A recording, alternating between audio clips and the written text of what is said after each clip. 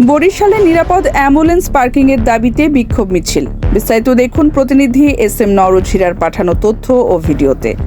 Barishal ambulance মালিক সমবায় সমিতির উদ্যোগে নিরাপদ অ্যাম্বুলেন্স পার্কিং স্থাপনের দাবিতে আজ বেলা 12টায় বিক্ষোভ মিছিল ও আলোচনার সভা অনুষ্ঠিত হয়েছে। মিছিলটি শেরেবাংলা মেডিকেল কলেজ হাসপাতালের ইমার্জেন্সি বিভাগ থেকে শুরু হয়ে শহরের গুরুত্বপূর্ণ সড়ক প্রদক্ষিণ করে।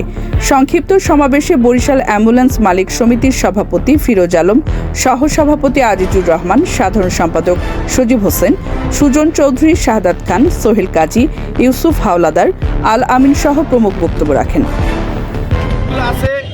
এখানে আমাদের পার্কিং ছিল, ডাইরেক্টর স্যারের নির্দেশে এখান থেকে আমাদেরকে বের করে দিয়ে এখানে বিভিন্ন ভ্যান গাড়িতে, পিকআপ ভ্যানে, অটোতে লাশগুলি বিভিন্ন জায়গায় যাচ্ছে।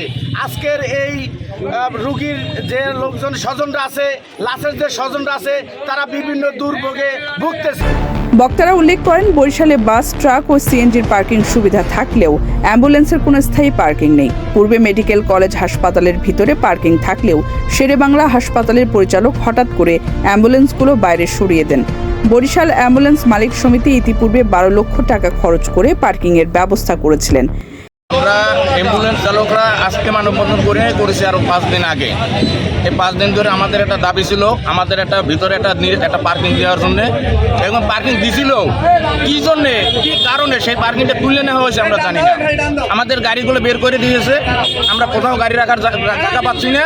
সেই জন্য আমরা এই মানববন্ধন এবং আমাদের এই সমাবেশ।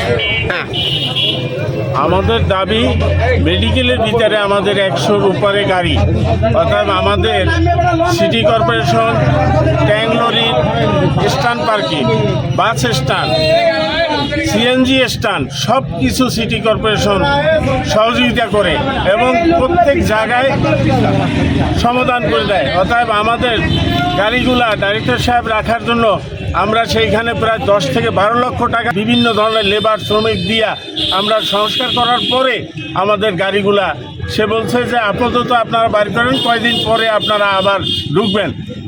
আমরা শুধু ওই আমাদের 108খানা গাড়ি আছে অ্যাম্বুলেন্স, আমরা তো রুগীর সেবা দিয়ে থাকি 24 ঘন্টা। আমাদের একটা পার্কিংয়ের দরকার। আগে পার্কিংটা মেডিকেলের ভিতরে ছিল, আমাদেরকে বের করে দিচ্ছে। এই জন্য আমাদের এই আন্দোলন, আমরা নিরাপদ পার্কিং চাই অ্যাম্বুলেন্সের। বরিশাল শেরেবাংলা মেডিকেল কলেজে বর্তমানে 108টি বেসরকারি অ্যাম্বুলেন্স রয়েছে। সরকারি অ্যাম্বুলেন্স সংখ্যা মাত্র 5টি, যার মধ্যে 2টি অচল। ধর্মঘটের কারণে অতিরিক্ত ভাড়া এবং অ্যাম্বুলেন্সের অভাবে মৃত ব্যক্তিদের আত্মীয় স্বজনকে ভ্যানে তাদের মৃতদেহ বহন করতে হচ্ছে। বিক্ষোভে বরিশাল অ্যাম্বুলেন্স মালিক সমিতি তাদের দাবি অবিলম্বে মেনে নেওয়ার আহ্বান জানিয়েছেন। অন্যথায় তারা নতুন কর্মসূচি ঘোষণা করবেন।